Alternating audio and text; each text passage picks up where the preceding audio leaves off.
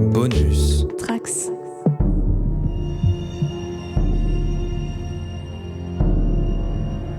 Bienvenue dans l'art de l'incident. Pour cet épisode, pas de longue intro, pas de psy, pas de fausses jambes cassées. Ah non, j'ai dit pas fausses jambes cassées. Car ça y est, on se lance dans le plan. Oui, c'est vrai, j'ai déjà dit ça la dernière fois. Peut-être que cette fois-ci on va réussir. À moins que l'on choisisse de prendre un autre chemin, je sais pas. Mais bon, faut pas nous en vouloir, hein. Le podcast a été nourri jusque-là par nos déambulations intellectuelles. Mais cet épisode pourrait être un peu plus structuré. Car cette fois-ci, j'ai consigné sur un document tout ce que nous nous sommes dit la dernière fois pour essayer de nous cadrer un peu. Donc on va voir si ça marche. Mais avant de nous lancer, il est l'heure du résumé. Alors souvenez-vous, notre histoire met en scène un inspecteur du travail lors d'une visite routinière d'une usine d'embouteillage d'eau minérale. Alors qu'il déambule dans les locaux, à la recherche de la moindre atteinte à la sécurité, il va découvrir des infractions auxquelles il ne s'attendait pas. Pour faire face à la pénurie d'eau qui la frappe, la société a trouvé un moyen d'extraire le liquide tant convoité en le prélevant directement sur les êtres vivants pour remplir ses bouteilles d'eau. Malheureusement, le procédé semble avoir éveillé un esprit de l'eau qui prend peu à peu le contrôle des personnes qui ont été en contact avec le liquide artificiellement créé, dont notre infortuné inspecteur. Entre l'entreprise qui cherche à protéger ses intérêts et l'esprit de l'eau qui pousse les personnes à agir contre leur volonté, il existe un mince espoir qui réside dans notre dealeuse d'eau. Celle-ci, soudée dehors de personnes marginales, cache un désir d'aider le plus grand nombre, dont l'inspecteur qui, depuis son infection, ne cesse d'entendre une voix qui lui intime l'ordre de noyer tout le monde. Voilà, en gros, où se trouve notre histoire. Mais avant de plonger plus profondément, il est temps pour moi d'accueillir mon binôme sur ce projet. Thibaut, comment ça va, Thibaut ? Plouf, je plonge profondément. Ça va, et vous, Ça va, cher David ? Ça va, tranquille. Prêt à se frotter enfin à ce plan, ou pas ? On va On voir. sent que ça te titille depuis un certain nombre d'épisodes, effectivement.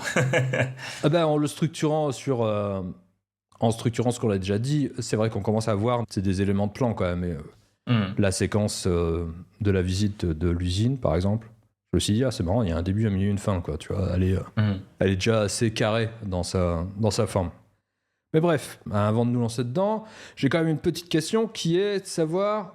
Alors évidemment, vous allez vite comprendre pourquoi je pose cette question, parce qu'elle est complètement en rapport avec mon intro, une fois de plus. C'est est-ce que tu es quelqu'un d'ordonné, d'organisé, ou au contraire de plus chaotique ? Non, je suis quelqu'un de très organisé.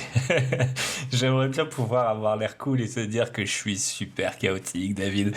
Non, je suis très organisé, en tout cas, de manière générale et spécifiquement pour ce qui nous rassemble aujourd'hui sur l'écriture. C'est assez important pour moi d'être carré. Après, j'ai lu pas mal de manuels, tu vois, pour bosser la structure, connaître un peu plus de choses. J'ai tendance à dire que c'est bien de les connaître, ça marche pas toujours à tous les coups. Donc, j'essaye aussi de gagner un peu en souplesse et peut-être un petit peu en chaos derrière tout ça. Et je m'organise des phases, on va dire, un peu plus random, un peu plus libre. Entre des phases plus structurantes, quoi, si ça a du sens ce que je raconte. Donc effectivement, des fois je sais que j'ai besoin de sortir la tête de l'ordi, plus partir avec un carnet, prendre un train, marcher dans un parc, et puis en fait ça va être juste un peu du listing d'idées, mais après généralement c'est pas très radiophonique, mais j'ai avec moi par exemple, tu vois, là où on était mon carnet ce matin. Ouais. Et donc on voit que c'est quand même, on dirait parfois, je sais plus qui m'avait dit ça, peut-être mon frère, qu'on dirait un faux carnet fait pour les films, tu sais, quand il y a des props, tu sais, de genre, cet auteur a laissé derrière lui tout plein de notes, et en fait effectivement ça paraît extrêmement, presque trop détaillé en fait, mais c'est vraiment comme ça que je raisonne, avec beaucoup de flèches et de parenthèses et de machin. On essaiera peut-être de mettre une photo sur les réseaux, que sais-je. Mais du coup, ça m'aide, même si au final, c'est une forme d'organisation qui m'est très personnelle, quoi. Je suis pas non plus en mode, ok, grand 1, petit a, etc., etc., tu vois. Je sais pas comment toi, tu navigues dans tout ça pour filer la métaphore aquatique. Alors moi, je navigue... On se moque nos carnets aujourd'hui. Moi, c'est bizarre parce que c'est à la fois faussement organisé et... je sais pas, je vais montrer correctement, avec peut-être un peu plus de lumière.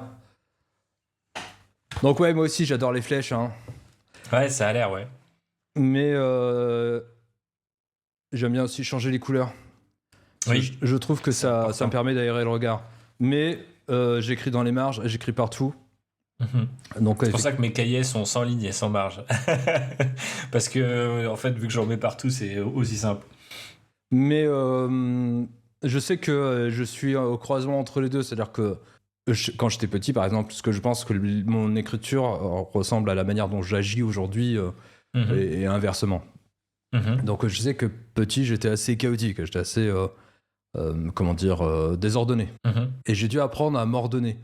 Et dans mon écriture, j'ai un peu ça. C'est-à-dire que j'ai besoin d'avoir des espaces où tout est un peu de travers, où tout va surgir dans tous les sens, mais j'ai besoin aussi de les restructurer à la fin, parce que, comme là, par exemple, pour le plan, je trouve que c'est pratique à un moment donné de pouvoir tout réunir et de pouvoir faire un peu plus le tri et d'un regard pouvoir tout revisualiser. Parce que ce qui est compliqué, c'est que pour mon carnet, et là encore, là, ils sont beaucoup plus structurés qu'au tout début, mais ils sont illisibles. Le problème, c'est que ça devient compliqué et c'est plus un outil de travail, mais juste une expansion de l'imagination et de tout ce que déverse le cerveau. Et par exemple, on le voit bien dans le podcast, c'est-à-dire à quel point il faut laisser cette énergie-là, le fait que le cerveau ne puisse pas aller d'un point A à un point B. Il va aller d'un point A, il va passer au point C, il va aller au Z, puis après il va y avoir un B, mais peut-être pas que ce sera le B tout de suite, tu vois. Donc je trouve qu'il faut garder ça, mais à un moment donné, il faut tout... En tout cas, moi j'ai besoin de un peu tout recadrer pour savoir juste où je vais, quoi, parce qu'autrement, je sais que j'irai nulle part, quoi. Normal. Donc voilà, c'est comment on marche. On est plutôt ordonné au final. Ouais, ça va. Donc tiens, on va choisir la chanson. Ça a aucun rapport, aucune transition. C'est le désordre. Mais tu veux quoi, une chanson gros désordre. Une chanson cool ou une chanson plus énergique?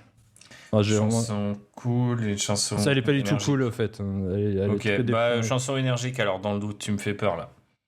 Ok, mauvais choix, je crois. Non, j'adore cette chanson. Ah, je pensais qu'on partait sur du Francky Vincent ou un truc comme ça, tu vois, quand tu m'as dit mauvais choix, je suis un peu déçu. Je m'attendais à un vrai mauvais choix. Non. J'adore cette chanson.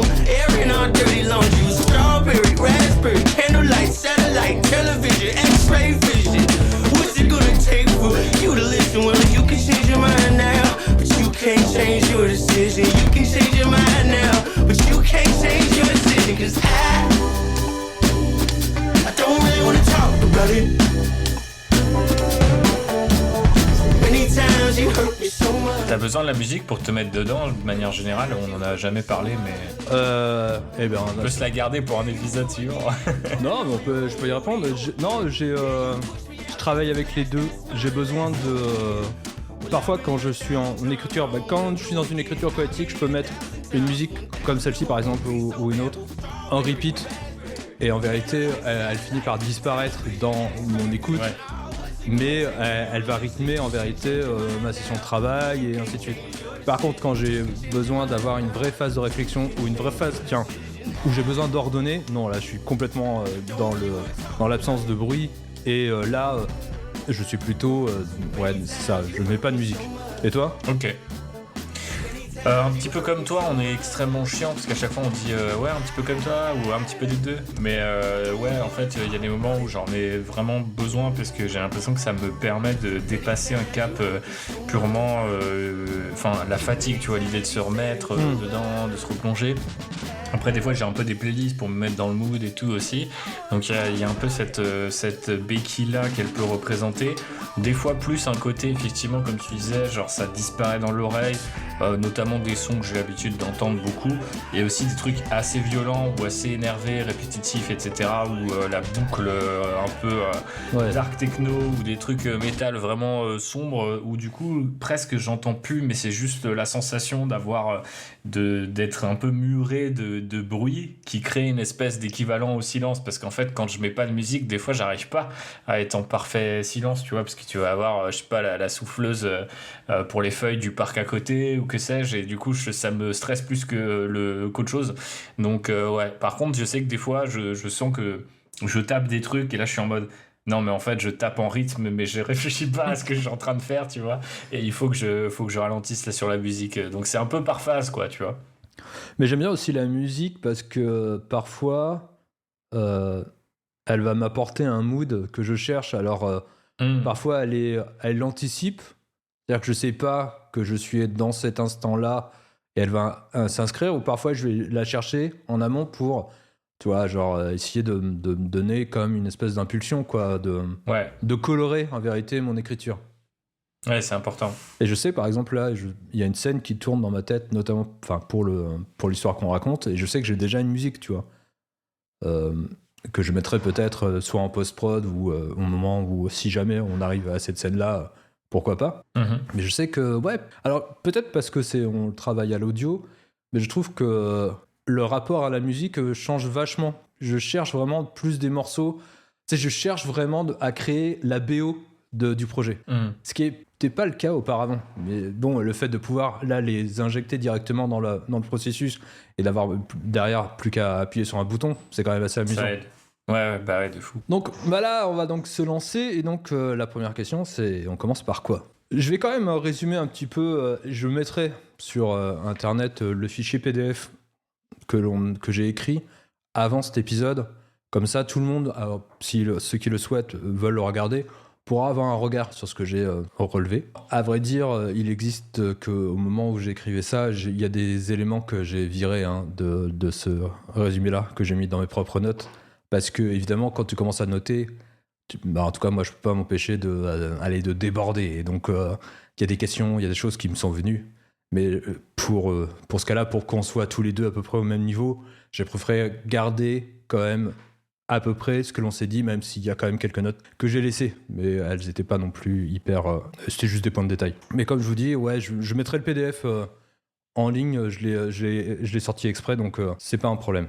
Est-ce qu'on fait une liste de scènes, par exemple? On peut très bien partir sur une liste de scènes. Mhm. De toute façon, comme d'habitude, l'un va nourrir l'autre, mais il y a des choses que l'on n'a pas. Donc, pour le personnage, on avait dit que c'était le regard extérieur, que c'était un personnage by the book, ce qui est plutôt intéressant. La dealeuse d'eau, on l'avait transformé en quelqu'un de plus vertueux. Je trouvais ça plus intéressant. Que c'était une personne débrouillarde. Qu'elle peut porter la culpabilité d'avoir propagé l'eau. Ça aussi, je trouve ça intéressant. Il y a d'autres éléments sur elle qui me sont venus d'ailleurs. Le personnage que je tiens le moins pour le moment, c'est encore l'inspecteur du travail. Mhm. J'ai encore un peu de mal. L'esprit de l'eau, là pour le moment, c'est pareil, c'est encore le personnage, l'élément sur lequel j'ai encore un peu de mal, même si j'ai eu quelques idées sur lesquelles on pourra revenir. Les infectés aussi sont intéressants, mais est-ce que, comme dans mon résumé, je pense que j'étais un peu plus loin dans le résumé en leur disant qu'ils étaient comme ça sous le contrôle de l'eau. On en avait un peu parlé, mais j'ai un peu accentué cet aspect-là. Et après, donc, sur les scènes, donc il y avait la scène de, si vous vous souvenez, donc de la visite de l'usine, et la scène de fin, qui est l'usine qui est fermée ou détruite à voir, et les habitants qui finissent par perdre leurs moyens de subsistance, simplement, et qui sont obligés de disparaître, enfin, de quitter la ville, ou ceux qui restent, d'accepter leur misère. Et avec la dealeuse d'eau qui, elle, reste. Et aussi sur les éléments que... sur la dealeuse d'eau, je me suis dit, tiens, c'est marrant parce qu'elle reste, mais j'aimerais bien qu'au départ, ce soit quelqu'un qui ait envie de partir, qui a envie de fuir ce village. Et de montrer à quel point la fatalité du lieu est un élément hyper intéressant. Et de voir comment elle, qui essaye d'aider, mais qui aurait quand même envie de partir, décide à la fin qu'elle va rester alors que tout le monde part. Mhm. Bah, ça marche bien avec la culpabilité. Ouais, c'est ça. Tout à l'heure. Et dans un espèce de récit, aussi de résistance. C'est-à-dire que c'est quand même quelqu'un... En tout cas, dans mon esprit, c'est quand même quelqu'un qui est vachement positif, qui a vachement une volonté hyper forte, qui est quelqu'un qui va lutter contre l'adversité. Et enfin, en tout cas, c'est un personnage que j'aime beaucoup pour le moment. Donc voilà, donc on commence par quoi? Plan ou personnage? Le plan. Yes, je m'attendais pas à ça. J'aurais pas dû poser la question, c'est normal. Ok. On fait une liste de scènes ou... Ouais. Est-ce que t'as une scène d'ouverture? Ouais, je pense que... En fait, j'ai repensé à ce qu'on s'était dit sur fournir les piscines.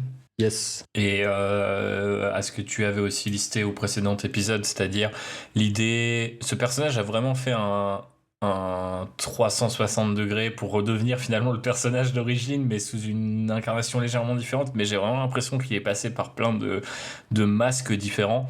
Mais j'imaginais bien quelque chose de très, tu vois, fin de journée à l'usine, peut-être des tâches assez répétitives, et puis notre dealeuse d'eau qui, ouais, ok, bah partez devant, je vais fermer. Elle fait son affaire, récupère de la flotte à l'arrière de son 4x4 avec une citerne ou que sais-je, et après elle part au petit village. On a l'occasion de voir que c'est un truc assez sinistré, mais qui a encore un petit peu de tourisme et tout. Elle va voir des jeunes et elle balance la flotte dans leur piscine, quitte à ce que ça soit pas une piscine creusée, mais un truc semi-enterré ou tu sais même montable, quoi, tu vois, pas forcément un truc high-end de fou, mais genre vraiment le côté, bon bah voilà, le personnage a précipité son l'intro, c'est vraiment c'est l'élément déclencheur sans qu'on le sache vraiment en tant que spectateur tout de suite, tu vois. Mais c'est un peu sa routine de nana qui est quelqu'un d'assez bien et qui fait aussi un peu tout pour survivre quand même, et qui, tu vois, a une raison peut-être parce qu'on va voir en quelques secondes ou au fur et à mesure du film, voir les deux, mais que bah voilà, cette usine, il y a sans doute plein au-delà des choses mal qu'ils font avec l'eau et l'esprit de l'eau. Je pense qu'il peut avoir toutes sortes de mauvais traitements auquel pardon on peut l'avoir résisté, quoi. Donc je pensais à ça, moi, et après tu vois, mettre en parallèle un peu tout ce que tu vois là-dessus à travers ses yeux de local versus dans les scènes suivantes ou la séquence suivante, tu vois, le gars qui arrive sur place, qui découvre un peu lui de manière complètement différente en fait, le bled Ouais. et ses habitants. Et si on veut le faire de manière un peu plus originale qu'un espèce tu vois, ok, point de vue A, point de vue B, ça pourrait presque être un espèce de croisé, tu vois, en mode, est-ce que le gars connaît pas quelqu'un à la fête, est-ce qu'il se croise pas dans un resto, ou tu vois, dans un truc, enfin, tu vois, genre qu'il y a une espèce là pour le coup, une espèce de première rencontre en dehors du contexte, c'est-à-dire les personnages Bien. se voient d'abord une première fois sans savoir qui ils sont, quoi. Je trouvais ça intéressant. Ok. Enfin, c'est un peu ça que j'avais en tête. Ça fait plusieurs scènes en fait, en vérité. Mais... Ouais, ça fait plusieurs scènes, parce que j'aime bien la scène de rencontre, j'ai pas songé. Ta scène de début, j'adore. Et est-ce qu'elle remplit des piscines gonflables pour enfants? Ça serait vraiment horrible, mais pour le coup la cubabilité serait vénère, quoi. Après tu vois, si on est dans une journée un peu storytelling à l'américaine, tu sais, elle monte dans sa voiture et c'est en mode le jour le plus chaud cet été, machin, enfin tu vois la radio qui parle de ça, et après tu la vois distribuer des trucs, je pensais à des ados et potentiellement des jeunes cons pour aller sur ce côté film d'horreur à base de il va leur arriver des trucs horribles, mais tu vois, t'as un peu à la fois elle peut se sentir quand même coupable, mais il y a un truc t'es pas non plus en tant que spectateur trop miné, quoi. Des enfants qui fêtent un anniversaire ou qui doivent patauger dans un truc parce qu'ils crèvent de chaud, c'est quand même déjà un peu plus glauque. Maintenant, pourquoi pas, enfin dans un certain sens c'est juste une question de curseur et de où c'est qu'on veut amener le truc, tu vois. Est-ce que le perso doit vraiment regretter amèrement et se sentir méga responsable, ou est-ce que ça peut être finalement un geste anodin de vas-y, je vais remplir la piscine des jeunes d'à côté, je me fais quelques euros de plus et je rentre chez moi, et par contre quelques minutes plus tard dans le film se rendre compte que c'est un peu ça l'élément qui a fait sortir un peu le virus, ou en tout cas qui a libéré l'esprit de l'eau partout en ville. Je trouve que c'était pas mal, quoi. Je veux garder la scène de la piscine, mais pour plus tard. Pour plus tard? Ouais, tu sais, la fameuse scène de la piscine où il y a le gars qui apparaît. Ouais. Parce que elle pourrait être une très bonne scène pour la rencontre entre les deux personnages. Mais je trouve que si, tel qu'on l'avait imaginé jusque-là, c'est-à-dire donc la scène que l'on a imaginée dans les épisodes précédents, je trouve que elle a donc le fait qu'un infecté surgisse et explose au moment de, je trouve ça donne beaucoup trop d'éléments gore très vite et très tôt. Moi, je pensais qu'on était parti sur le fait qu'il y avait une lente contamination. Ouais. Et que potentiellement on pouvait l'avoir équipée, cette piscine, mais que comment dirais-je, le caractère explosif de tout ça n'explose que plusieurs scènes après, tu vois. Ouais. Mais non, c'est parce que je repensais à cette scène, parce que c'est une scène que j'aime beaucoup. Mais, Ouais, je pense qu'elle est assez marquante, assez frappante, ouais. mais on peut voir, on peut la mettre pour plus tard. Parce que Sinon, j'ai moi. pensé à un truc, Vas-y. je te le dis, je sais pas si ça a du sens, mais tu vois, je pensais dans les bleds où plus personne veut aller, elle a hérité de, tu vois, elle vit à un endroit, mais elle a la maison de ses parents où il y avait une piscine. Et genre, elle a des jeunes qui arrivent ce week-end, et on est vendredi soir, tu vois, et genre, elle va remplir la piscine de son Airbnb familial, tu vois, et donc ça set up le truc, mais il y a encore personne dans la maison, et quelques, tu vois, le lendemain, ils peuvent arriver, et où ça peut être une espèce de, enfin, je sais pas si c'est vraiment le cas, mais tu vois, une sorte de gîte où elle accueille aussi l'inspecteur du travail qui lui arrive avec un peu d'avance, tu vois, un truc comme ça, quoi. Pas con. Et oui, oui, elle peut très bien avoir effectivement loué un Airbnb, quoi. Ouais, c'est ça, c'est-à-dire, je pensais dans cette idée de. J'ai pensé à ça parce que j'ai des cousins, tu vois, qui ont la maison un peu familiale ou des trucs comme ça. Et maintenant, c'est devenu des Airbnb parce que personne veut vraiment vivre sur place, tu Oui. vois. Mais ça laisse une espèce de marqueur sur le temps à passer. Et maintenant, c'est une destination touristique alors qu'avant, c'était la maison familiale, quoi. Tu vois, finalement, c'était un truc hyper fort. Et il y a un côté un peu fantomatique là-dedans qui je trouve renforce un peu l'horreur, tu vois, de la voir arriver dans une maison vide qu'elle va louer quelques heures ou quelques jours plus tard et tout, remplir la piscine, Remplir un peu la en contour. Remplir Tu la dis quoi? piscine à la bouteille d'eau. J'imagine Bah ça. limite en fait tu vois j'en sais rien quoi mais en mode elle a pris un max de bidon et elle fait le truc c'est un peu chaque jour un peu en mode elle se démerde et tu peux déjà dénoncer bah enfin ouais c'est pour contourner les règles autour du fait qu'il faut pas alimenter sa piscine parce que l'eau est trop cruciale trop importante et en même temps tu sais qu'elle fait ça peut-être depuis plusieurs jours enfin il y a une image assez forte ouais, dans l'idée qu'elle débouchonne des trucs de 10 Ouais, litres c'est tu clair. vois et en mode, putain, vous buvez vachement. Le voisin, vous buvez vachement d'eau, ouais, ouais, t'inquiète. Tu vois. Ouais, ouais, non, c'est clair, elle peut faire effectivement disparaître comme ça des petites quantités d'eau pour. Ouais, c'est. Ah, j'adore. En plus, ça ramène à un côté un peu comique, Bah, un c'est peu moins flag que absurde, quoi. l'énorme citerne à l'arrière C'est du clair. pick-up, quoi, tu vois. Et Et oui, c'est vrai que c'est assez joli, ouais, assez drôle.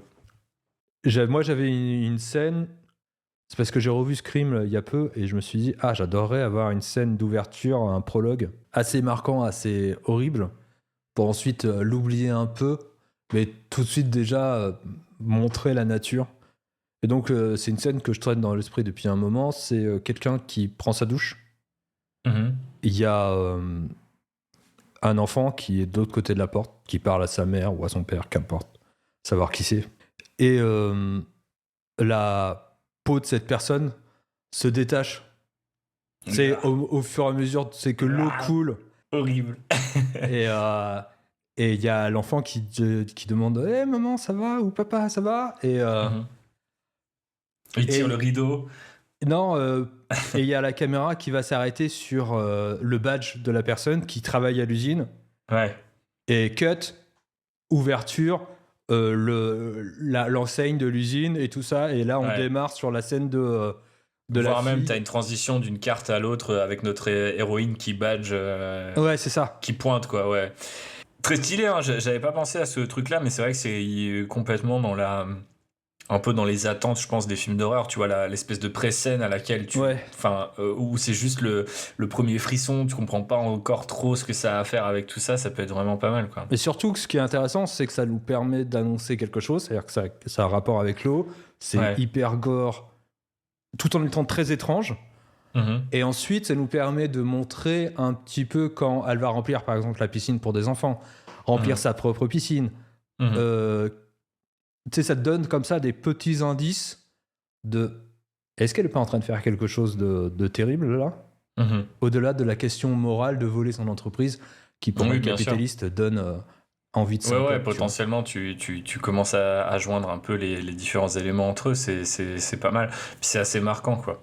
Potentiellement, ça peut être aussi la disparition de cette personne-là qui amène l'inspecteur du travail à venir en disant est-ce que c'est enfin, tu vois, est-ce qu'il a été exposé à un truc chimique qui fait que, tu vois, j'en sais rien, mais. Ah, j'y ai pas songé à ça. Hmm. C'est pas obligé, tu vois, ça peut être complètement accessoire en mode tiens, Michel il est pas là, ah bah non, je sais pas, il est pas là, et puis on en reparle jamais, tu vois. Enfin, Ouais, mais il est préférable quand même de tout lier, comme ça permet ouais, d'avoir c'est des... clair. Ouais, on peut très bien, effectivement. De toute façon, il est obligé, une entreprise est obligée de déclarer. Mhm. Après, c'est pas un accident du travail, c'est pas un accident qui, Qui si est on lié au le, travail. ouais, qui est lié à son Est-ce que activité. c'est pas un truc où genre on commence carrément dans l'usine et on place un peu toutes les règles un peu de notre horreur, tu vois, des voies, du rapport à l'eau, où le mec, tu vois, il va paniquer et puis il va dire ok les gars, je me sens pas bien, genre je vais rentrer chez moi et tout, tu vois.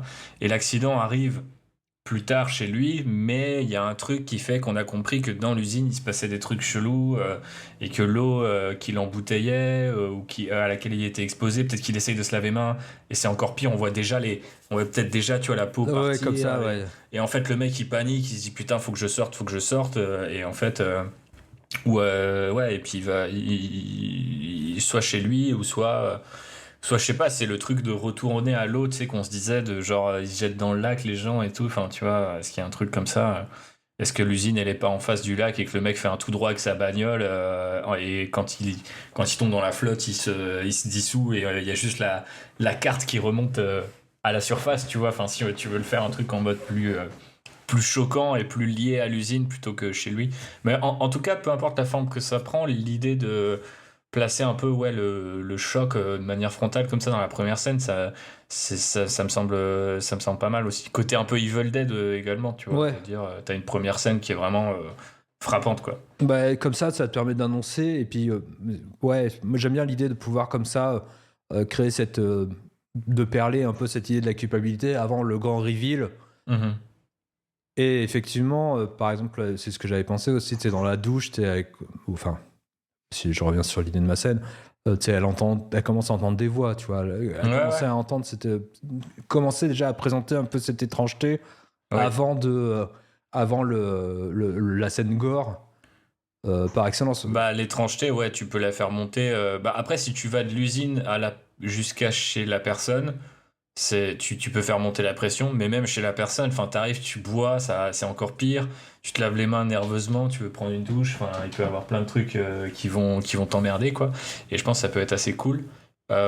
Après, l'avantage de faire la transition de l'un à l'autre, c'est que ça permet de comprendre que c'est potentiellement de l'usine que Ouais, vient c'est ça. tout le problème. Mais un truc que je me disais, c'est que limite, faut pas qu'il y ait pas de témoin, entre guillemets, à la catastrophe. Tu sais, ça peut être vraiment, tu vois, l'employé un peu solitaire ou l'intérim du coin que personne calcule d'une certaine manière, tu vois. Et on s'y tient, il se barre, c'est chelou. Et ça peut expliquer pourquoi peut-être on n'en parle pas ou peut-être pourquoi il y a une enquête en disant, tiens, il y a plein d'intérims qui sont partis ces dernières années, enfin ces dernières semaines. Est-ce qu'il n'y a pas un truc de harcèlement ou je sais pas quoi, et donc le mec il vient pour ça, quoi. Parce que si c'est quelqu'un qui est vraiment un local, avec une famille, etc., tu te dis, bah tout de suite ça va attirer l'attention sur l'usine, tu vois, donc peut-être ça peut être un peu. Oui, c'est pour ça que si tu le places dans la maison, hors de l'usine, il suffit juste de ce mouvement de caméra pour créer la transition entre Ouais. la personne, le badge de la personne et l'usine. C'est-à-dire, en gros, tu te dis, bon, ok, je vois ce que le caméraman, enfin le réalisateur essaye de me dire, mais comment je peux lier cette scène horrible avec ce qui se passe à l'usine? Ouais. Alors que si tu le fais directement dans l'usine et ainsi de suite, Ouais, tu sais que c'est là, ouais. tu sais que c'est là. Et donc tu te pètes Non, un mais ça peu. peut juste être vraiment quelqu'un qui rentre chez lui, on comprend, Ouais, on c'est sait pas ça. qui c'est, on pense même que ça va être le héros potentiellement, et puis voilà, quoi. Ouais, ouais, et puis il peut très bien parler, ou qu'importe, de toute façon, qui pourrait être solitaire et tout. Le truc, c'est que. Bah, je trouve que par rapport à notre horreur, et ce qu'on a dit la semaine dernière, tu vois, d'un côté plus pernicieux, plus t'entends des voix, il y a l'eau qui fait des reflets bizarres ou des mouvements bizarres. Tu vois, ça peut être, si le mec est tout seul, tu peux te dire, est-ce que c'est dans sa tête? C'est Ouais. quoi l'horreur? Est-ce qu'il est possédé? Tu vois, alors que s'il y a quelqu'un, tu vois, et que direct, ils entendent pas les voix, t'es en mode, ok, enfin, tu vois, ça donne plus de mystère peut-être potentiellement, quoi. Ouais, ou inversement, tu peux jouer sur le fait que le gars dise tu m'as parlé? Mhm. Tu vois, Ah oui, ouais. c'est jouer un petit peu sur ce côté. Je vois ce que tu veux dire. Enfin, c'est lui. Parce que Il si y on en a joue un à qui fond. lui tend un verre d'eau et l'autre il l'envoie chier, tu Ouais, vois, en ouais. mode, elle m'approche pas et Ouais, tout. c'est ça, l'eau ça Ouais. rouille. Moi, je bois que de la bière. Ouais. Et sa bière lui parle aussi. C'est ça. Ah, ok, non mais elles sont pas mal ces scènes. Ok, on a 2 scènes. Donc, on commencerait par un espèce de prélude. Ouais, un prologue On sur... enchaînerait sur transition badge, si j'ose dire, vers notre héroïne qui fait sa journée. Qui fait sa journée. Peut-être un peu façon pour ramener l'esprit d'Edgar Wright vers nous, mais façon un peu montage, truc répétitif. Ouais, carrément. L'usine, c'est relou, les gens sont chiants, ou les patrons sont horribles, ou les collègues sont horribles. Jusqu'à la fermeture, en mode les gars, c'est vendredi, allez vous amuser, allez prendre une bière, je vous rejoins. Et hop, je fous des barils de flotte dans mon camion, quoi. Dans le scénic. Exact. Et ouais, mais ça, c'est bien ça. Ça, c'est la scène 1, quoi, du coup. Scène 1. Ou 2. Enfin, oui, si on considère le prologue. Scène 0, scène 1, ouais, on va dire. Voilà. Ok. À partir de là, scène 2, c'est... Est-ce que c'est la scène où on introduit notre inspecteur du travail? Mais ça voudrait dire... Enfin, d'un autre côté, ouais.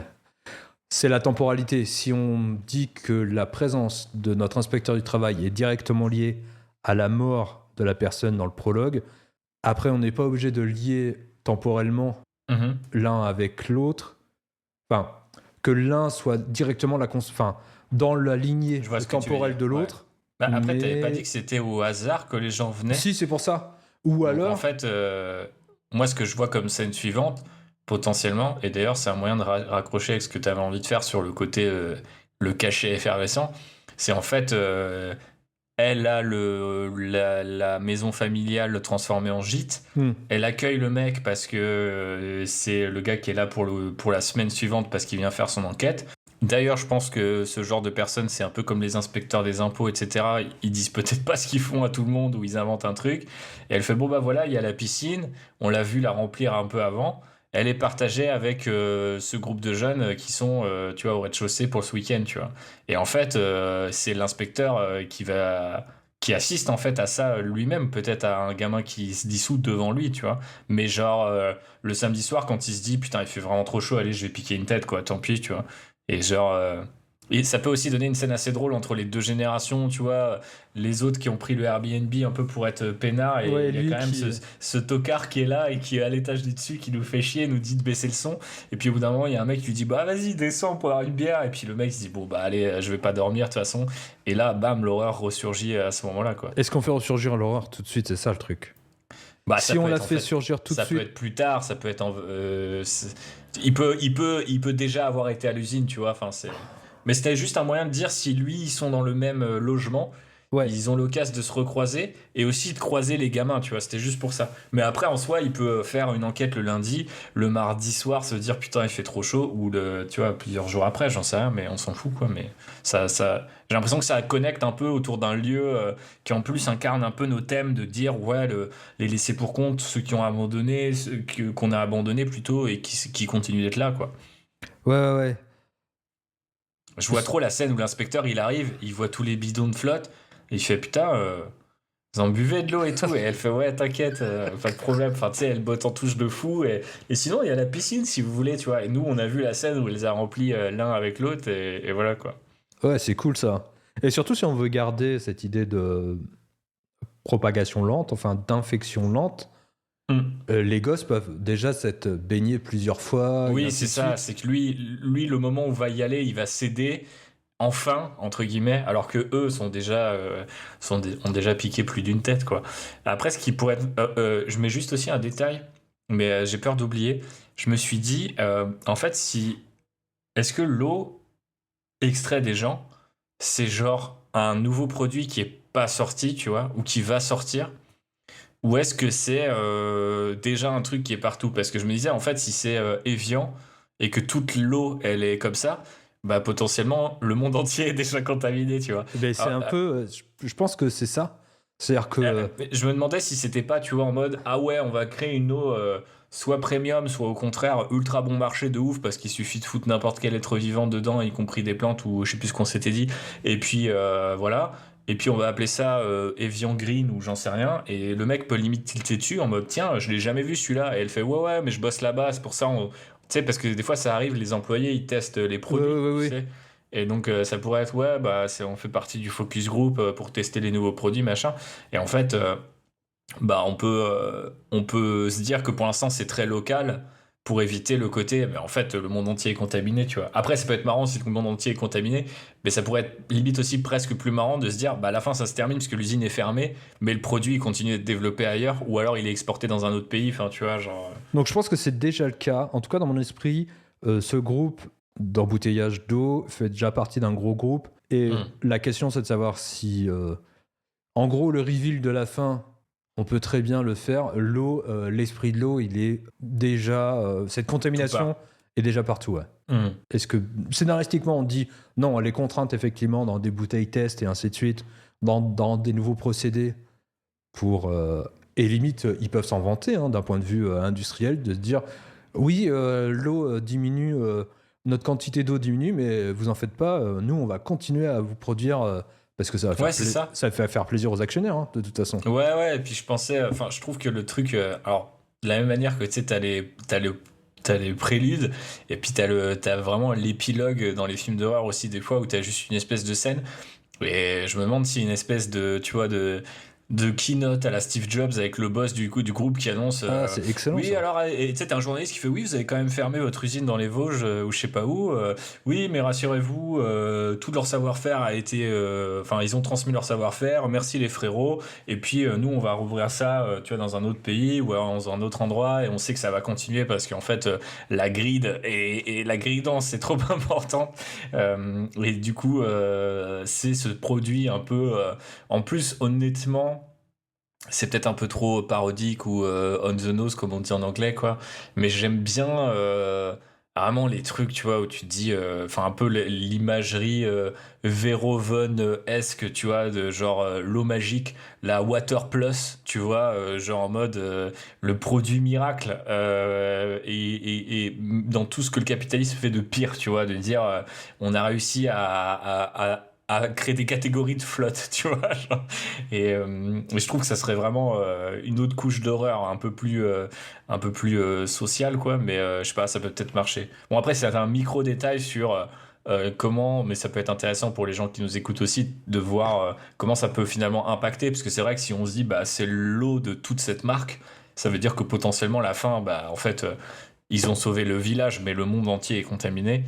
Alors que si c'est juste le début, tu vois, l'introduction d'un nouveau produit, là, pour le coup, elle a vraiment de la culpabilité. Parce que si elle n'avait pas piqué ce nouveau produit, pas encore lancé, pour le mettre dans sa piscine, etc., potentiellement, elle échappe à la contamination globalisée, tu vois. Ouais. C'est à voir. Je pense que les deux... C'est du détail, mais... Ouais, mais les deux se valent et je pense que... Enfin, ça fait des fins différentes. Ça va dépendre de comment on va le traiter dans les autres scènes, parce que ça peut très bien nous ouvrir certaines portes, en tout cas certains sujets et certaines situations. Ouais, typiquement, peut-être le lancement d'un nouveau produit, s'il y a un personnage, on a un peu oublié, mais d'antagoniste, tu vois, de grand patron de l'usine, ça peut être l'occasion d'avoir des espèces de trucs... J'ai souvenir, moi je suis de Saint-Dié-des-Vosges, il y a toute une usine qui a été designée par Le Corbusier qui est super, etc., mais qui est à moitié à l'abandon. Et il y a quelques années de cela, il y a Louis Vuitton qui a retravaillé le textile, tu vois, du bled pour lequel il était connu dans cet endroit-là. Ouais. Et en fait, c'est très bizarre parce que à la fois, c'est en mode regardez, Made in France, prestige de ouf et tout. Mais quand tu vas sur place, ça a juste l'air à moitié abandonné, c'est trop bizarre. Et du coup, je sais pas, l'imagerie de ce truc-là me parle à fond, quoi, en me disant, t'as un super patron, hyper bien sapé, rien à voir avec le Schmidblick, mais qui va faire des conférences de presse en direct de la nouvelle usine en disant, ici, on se base sur le savoir-faire historique de nos faiseurs d'eau pour introduire notre nouvelle flotte. Et du coup, tu te dis, ok, t'as des scènes qui viennent peut-être plus facilement à l'esprit sur le patron, qui est peut-être un peu plus capitaliste 2.0, influenceur mes couilles, et un peu moins, tu sais, la caricature du mec avec son monocle un peu gros qui est au bar pour fumer son cigare, quoi, tu vois. Mais je sais pas. Comme tu dis, ça permet de développer des choses un peu différentes. On peut se le mettre entre parenthèses, c'est pas forcément l'objet du podcast, mais je me suis dit qu'il fallait qu'on en parle.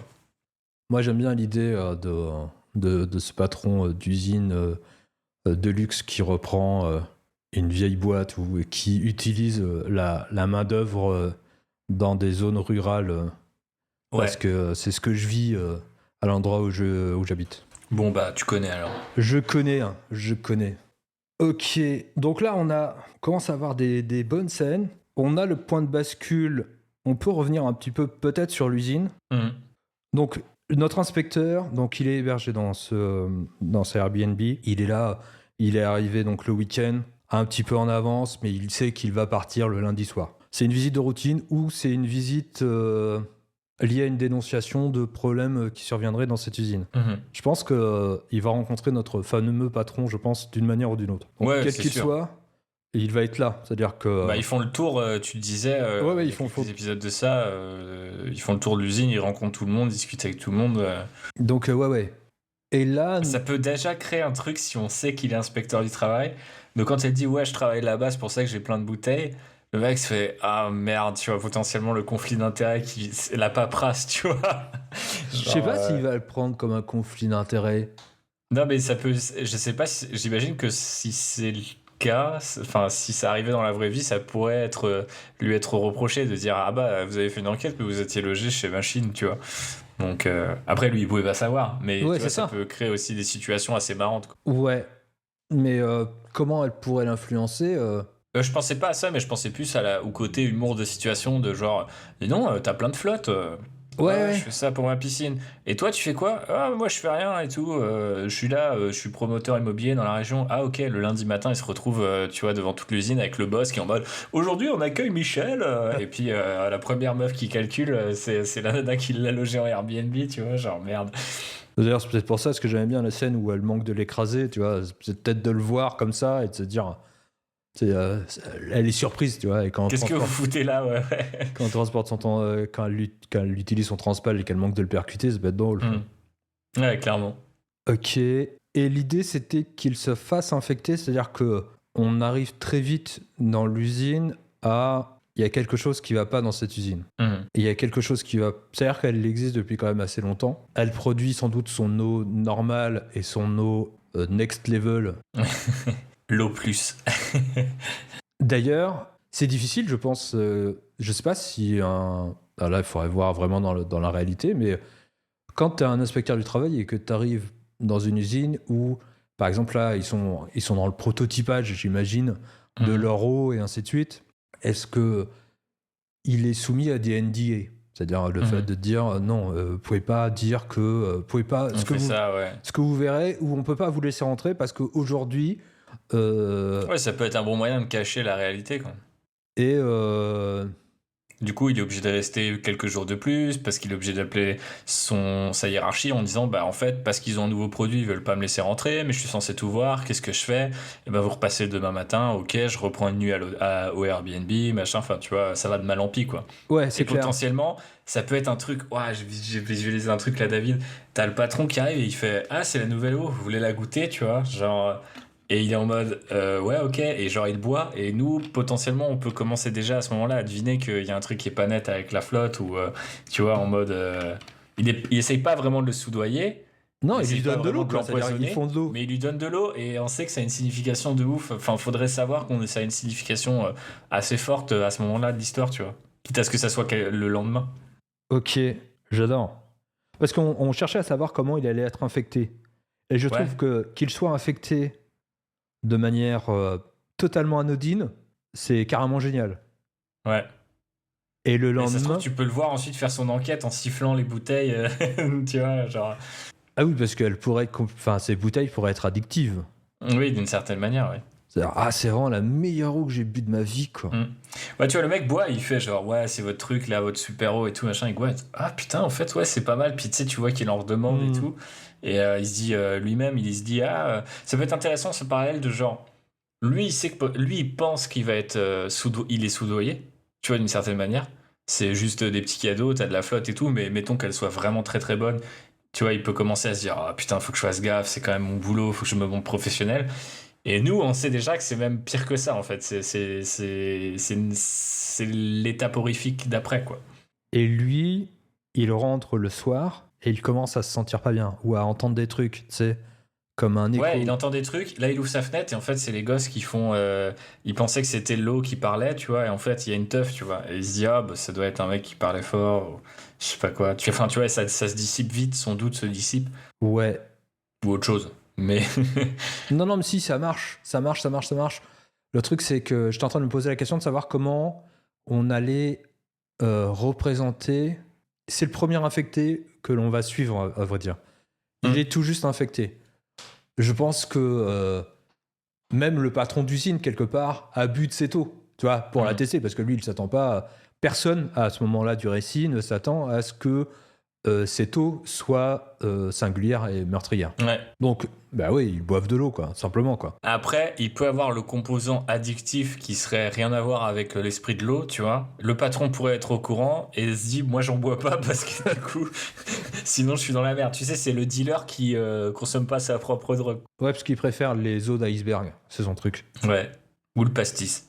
Mais non, parce qu'il y a de l'eau dedans. Mais effectivement, il y a de l'eau dans tous les liquides de toute façon qu'on pourrait boire en boisson, quoi. Qu'est-ce que je voulais dire? Je sais pas si on a assez de puissance sous la pédale pour faire durer ça longtemps, ce truc d'enquête, entre guillemets, d'enquête, d'aller vers l'usine. Mais je me dis, ça pourrait être intéressant qu'il y ait une fois où il dit, ah putain, j'entends des voix, c'est relou. Il ouvre ses volets, c'est des gens qui font la teuf, il se dit, ah vas-y, ça fait chier. Et il y a une autre fois où on pourrait avoir la même scène. Là, il pète un câble parce qu'il dit, ok, là, j'en peux plus d'entendre leur voix et tout. Il ouvre, et là, il y a personne. Et c'est juste l'eau qui lui parle, tu vois. Et là, il descend en bas, il se dit, mais c'est pas possible, pourquoi j'entends des voix, d'où ça sort?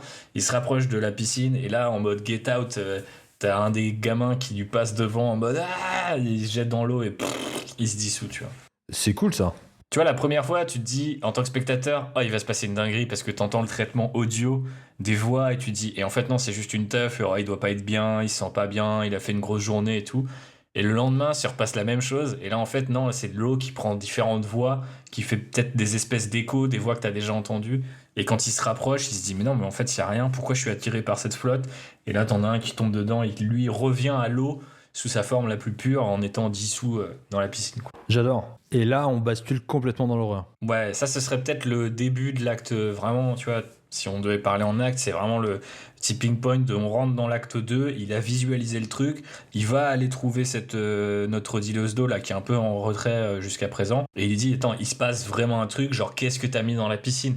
Et en fait, c'est peut-être qu'il y a les gendarmes et ils vont te dire, ah oui, vous savez, les jeunes maintenant, avec les drogues qu'ils prennent et tout. Et le mec, il va faire, non, mais il y a la moitié du corps qui s'est dissous devant mes yeux. Et ils vont dire, non, mais t'as vu autre chose, effectivement, c'est chelou, mais on sait pas. Peut-être qu'il était, tu vois, genre, j'en sais rien, il y a une espèce de truc à côté où il aurait pu se brûler, vous avez pas fait attention, enfin, tu vois, des conneries comme ça, quoi. Et lui, il est en panique, lui, il comprend qu'il y a un truc qui se passe et la pression monte et le mécanisme du récit. Se met en branle un peu plus fort, surtout quand peut-être la nana dit bah en fait moi aussi je sais pas ce qu'il y a dans telle pièce et par contre j'ai bien ramené cette eau là, cette nouvelle eau pour remplir la piscine, quoi. Donc notre élément perturbateur, ce serait ça, c'est-à-dire que on a un gros build-up, on a présenté nos personnages, on a présenté notre usine, on a commencé à présenter notre horreur et je pense qu'il va falloir revenir un petit peu dessus parce que entendre des voix, c'est quel type de voix? Qu'est-ce qu'il entend? Est-ce que ça le pousse à agir d'une certaine manière? Comment il se ressent, lui? Et comment on va le représenter? Et aussi, quelle est la volonté de cet esprit de l'eau? Parce que là, on voit très bien la volonté de l'usine. Faire du fric, protéger ses intérêts. La présence de cet inspecteur du travail, ça les saoule. Peut-être qu'ils sont en train de mettre des avocats derrière pour lui dire non, ce qui se passe derrière cette porte, pour le moment... Ouais, il faut que ça se complexifie sur quelques jours. Faut qu'il y ait une engueulade, voilà, peut-être c'est ça. day one, en mode bah on se revoit demain. Et le mec il fait bah ok, bah je serai avec mes avocats, bah pas de soucis, tu vois, et ça va partir en couille. Ouais. Donc ouais. La volonté d'esprit de l'eau, ça peut peut-être être juste le principe exact de l'horreur, c'est-à-dire on a dit que les êtres vivants étaient transformés en eau, et l'eau qui a tendance à disparaître s'active pour transformer tout le monde en flotte. pour compenser la baisse des océans, enfin plutôt pas la baisse, mais le fait qu'il y ait de moins en moins d'eau avec la sécheresse et je sais pas quoi, tu vois. Ouais. Alors moi, je me suis posé la question de cette volonté de l'eau. Et je pense que c'est une volonté qui est primaire, primale. Et je pense que la première d'entre elles, c'est juste rejoindre la mer. C'est-à-dire que... je pensais moi le lac, mais du coup le lac pourrait vouloir rejoindre la mer parce que l'eau avance elle-même, tu vois, depuis Ouais, c'est ça. Et l'idée c'est qu'en mode, ah ouais, ok, bah vous avez fait fondre les glaciers, etc. Bah ok, bah on va vous noyer en fait. Et ça va pas forcément venir que de la mer et que de la côte comme vous pensiez, mais ça va, toute la flotte, je vais vous dissoudre tellement que vos arbres, vos animaux et tout va être couvert de flotte. Mais la question, là, tu lui donnes une intention. Je sais pas si elle a une intention.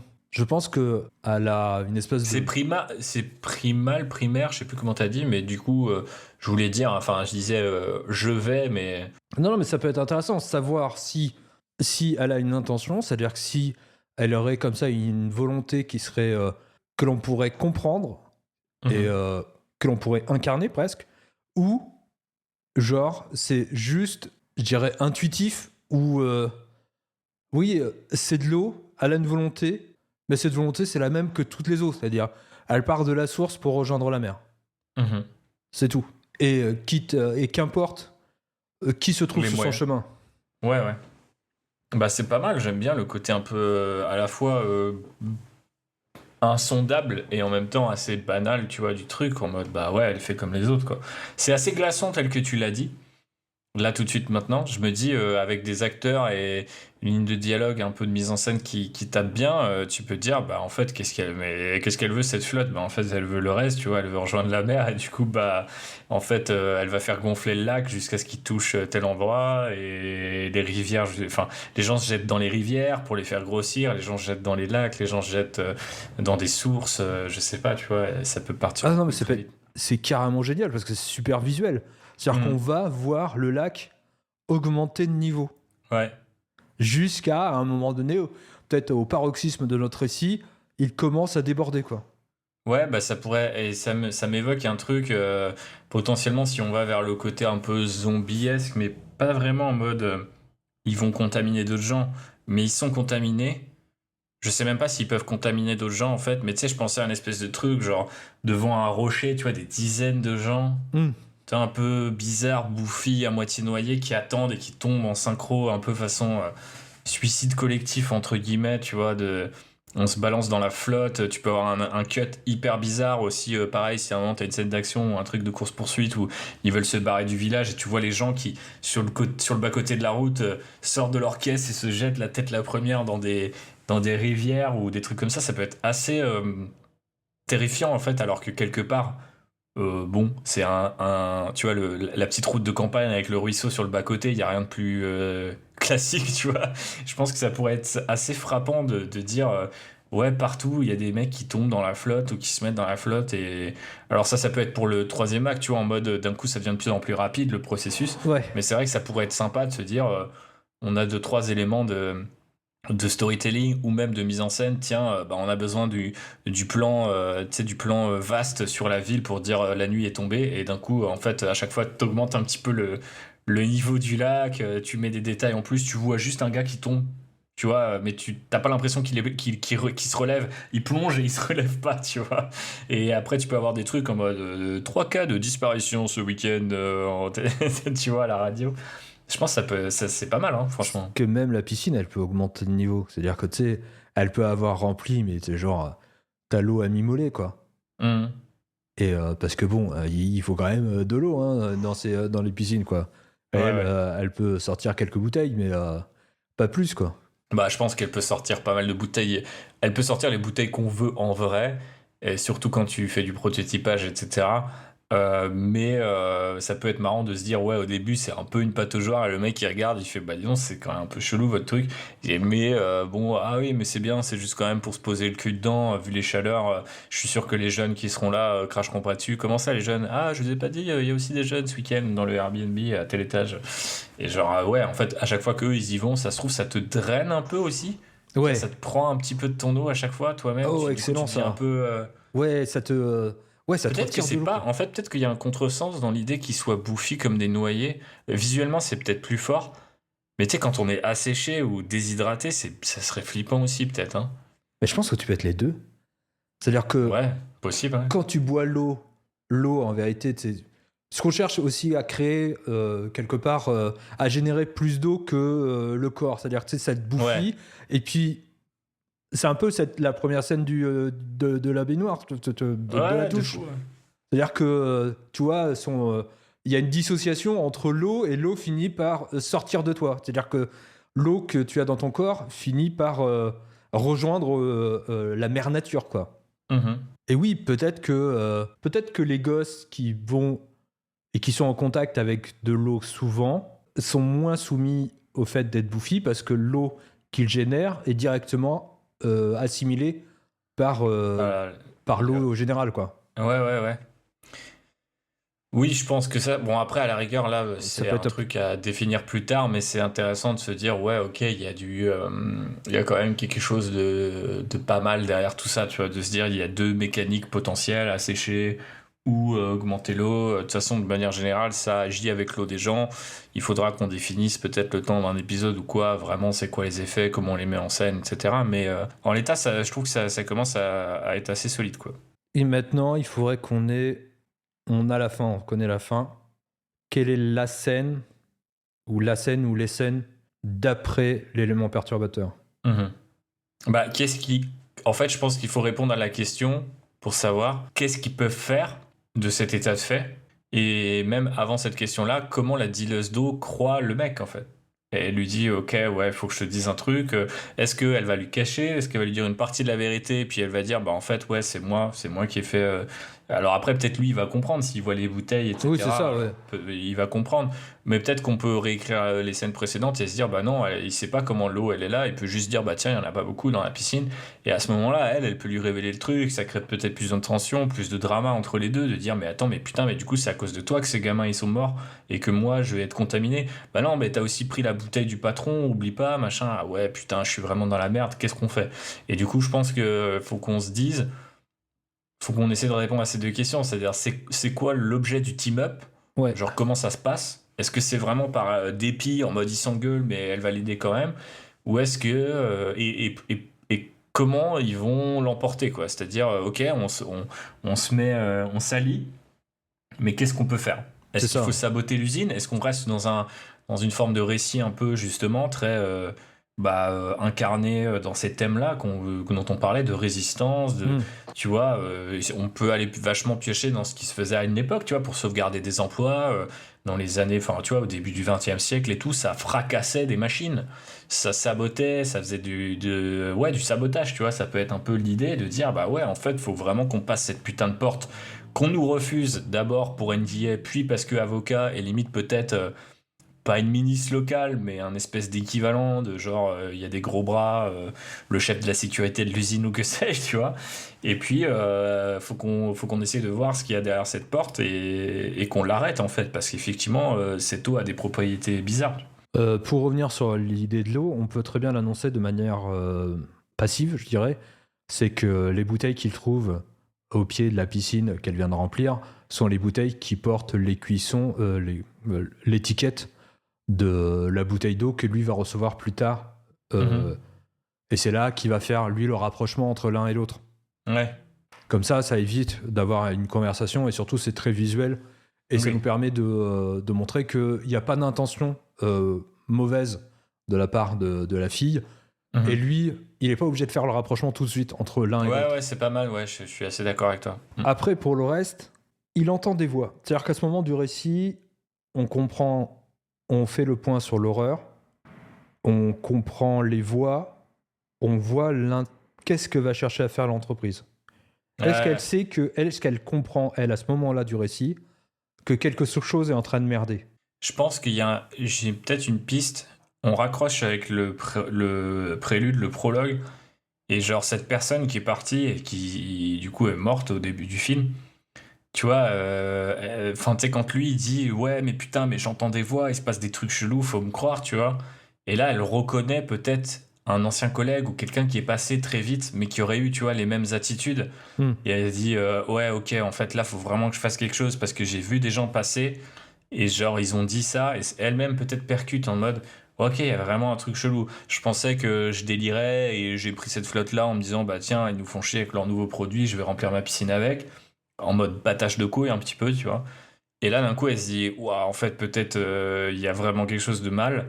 Et ça me fait penser à tel perso ou à tel gars. Et du coup, c'est ça qui active peut-être un peu le team-up. Et du coup, il va lui dire, mais attends, mais pourquoi tu me l'as pas dit? Il y a quelqu'un qui est déjà mort de ça, potentiellement. Et dans l'usine, personne n'en parle. Et là, on touche un peu, tu sais, à l'omerta des locaux, de ouais, mais tu sais, il était instable. C'est arrivé chez lui, on a dit qu'il s'était suicidé. Ou l'usine et machin a dit que c'était. Enfin, l'usine n'a jamais été mise en cause. L'enquête a conclu que, tu vois, et là on peut raccrocher où au final les deux se mentent un petit peu se sont mentis l'un à l'autre, c'est-à-dire lui en arrivant en disant pas qu'il allait enquêter sur l'usine, parce que voilà, bon, c'est un peu des formalités. Après le lundi matin, elle manque de le renverser. Et puis après, elle lui a pas tout dit non plus sur l'eau et sur tout ça, mais c'est en voyant qu'il commence à avoir des espèces de délires un peu paranoïaques comme son ancien collègue qu'elle percute et qu'il y a peut-être quelque chose derrière tout ça, tu vois. Ok. Celui qui meurt dans le prologue, ça peut très bien être quelqu'un qui est donc, c'est sûr, c'est quelqu'un qui est dévolu à travailler derrière la porte close. Peut-être que c'est un scientifique, peut-être que c'est quelqu'un qui est lié à la fabrication de cette eau. Mm-hmm.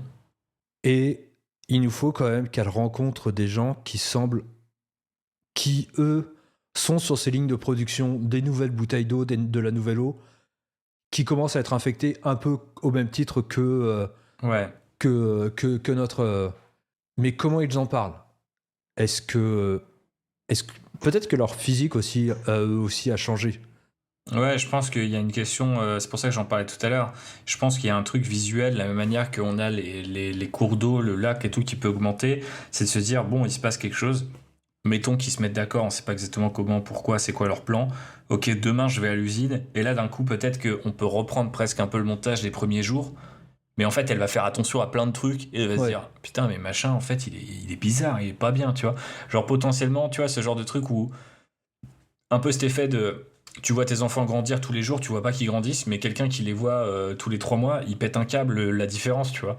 Et genre là, c'est un peu cet effet-là, d'un coup, bam, ça lui tombe sur la tête, et elle se dit putain, mais ouais, en fait, machin. Puis peut-être elle peut remettre aussi en parallèle d'autres trucs, et l'idée, c'est peut-être de faire venir le gars en scred quand l'usine elle est fermée, ou parce qu'elle a son shift de nuit qui commence, donc peut-être qu'il y aura moins de sécurité, je sais pas quoi. Et puis, tu vois, on y va comme ça, quoi. J'ai une idée, c'est que le mardi, pour nous laisser un jour où elle va commencer à à tirer les liens, tu vois, entre ce qu'elle découvre avec l'infection de l'inspecteur et ne pas relancer tout de suite l'inspecteur dans le récit et l'enquête. C'est-à-dire qu'elle revient, elle se dit ah, c'est bizarre quand même. C'est parce que la veille, enfin dans la nuit du lundi au mardi, le gars n'a fait que vomir de l'eau. C'est genre fontaine, quoi. Un truc mais hyper visuel, il se sent pas bien, quoi, mais genre il vomit pas. Il devient presque une fontaine, tu vois. Ouais, il lâche de la flotte, ouais. Ouais. Ce qu'elle peut reconnaître de gens qui l'ont déjà fait à l'usine ou je sais pas quoi. Ouais, c'est ça. Et puis, tu vois, au départ, elle dit bon, le pauvre, je peux essayer de lui porter secours, quoi. Vous avez besoin de quelque chose, vous voulez que j'appelle un médecin? Lui peut très bien dire non, et elle peut très bien témoin de son état. C'est-à-dire que comme ça lui donne, elle, des codes pour décrypter des événements. Et parce que tout ce qui est, lui, des codes, sensoriels qui sont propres à lui, soit tu les verbalises, mais ça devient du dialogue et c'est pas forcément hyper intéressant. Non, si en clair. plus tu les montres. Mais par contre, qu'elle soit témoin d'un autre aspect de la maladie, c'est-à-dire soit le fait qu'il soit. Le fait qu'il vomisse beaucoup, tu vois, qu'il soit vraiment étrange et qu'après, peut-être, ça va s'arrêter et peut-être que là, il va grossir, tu vois, sa peau va commencer à se détacher, de se dissocier de sa chair et ainsi de suite. Là, ça peut venir après, mais ça lui permettra peut-être que quand dans l'usine, elle dit « Ah tiens, il y a beaucoup de monde aujourd'hui, ouais, c'est bizarre et tout », là, elle pourra commencer à faire les liens entre ce dont elle est témoin, ce qu'elle constate, et ensuite la pousser à créer sa curiosité, quoi. À chercher, il y a vraiment un truc qui merde là. Et peut-être que toutes les personnes qui sont absentes, ce sont celles qui ont fait une espèce de pot pour dire bientôt la nouvelle eau sort, vous êtes invités, tous ceux qui ont travaillé sur ces chaînes de production, les bouteilles d'eau vont bientôt sortir. Ouais, il faut qu'il y ait un espèce d'horizon vers lequel on sent que ça va rendre la ville complètement zinzin, tu vois. Ouais. Peut-être que c'est le lancement en grande pompe de ce produit-là, tu vois, sur la place du marché le samedi, enfin, je dis n'importe quoi, mais tu vois, en mode, ils vont la distribuer à tout le monde, et eux, ils font à fur et à mesure leur enquête, et ils savent qu'il y a un coup près, tu vois, il y a un truc où c'est un peu la fête de la ville dans les dents de la mer, quoi, tu vois, de dire, le requin, il a pas tué depuis tant de temps, enfin, tu vois, en mode, lui, t'as vomi de la flotte, mais peut-être ça va aller, tu vois, genre, ah ouais, mais le problème, c'est que le produit, ils vont le distribuer sur le marché vendredi matin, tu vois. Et les vieux, les jeunes, tout le monde va y avoir droit et ça va être nimp, tu vois. Et potentiellement, du coup, t'as cet horizon-là qui est assez terrible pour eux et de dire, ok, il faut vraiment qu'on empêche la chose de se passer ou qu'on comprenne ce qui se passe avant que ça n'arrive, tu vois. Ouais, c'est ça, il y a une fête de l'eau. Ouais. C'est-à-dire que je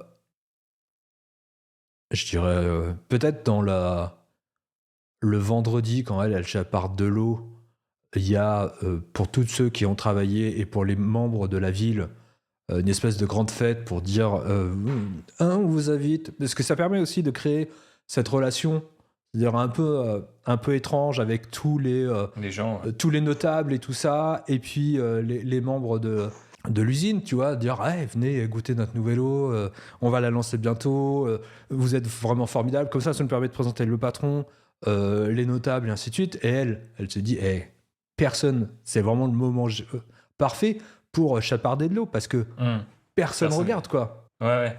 Ce qui fait que ça justifie en fait compte qu'elle se dise hey, vas-y, je vais récupérer quelques cubis, quoi, tranquille, quoi. Ouais, non, c'est faisable. Et comme ça nous permet de lancer comme ça cette grande infection et le début de cette propagation.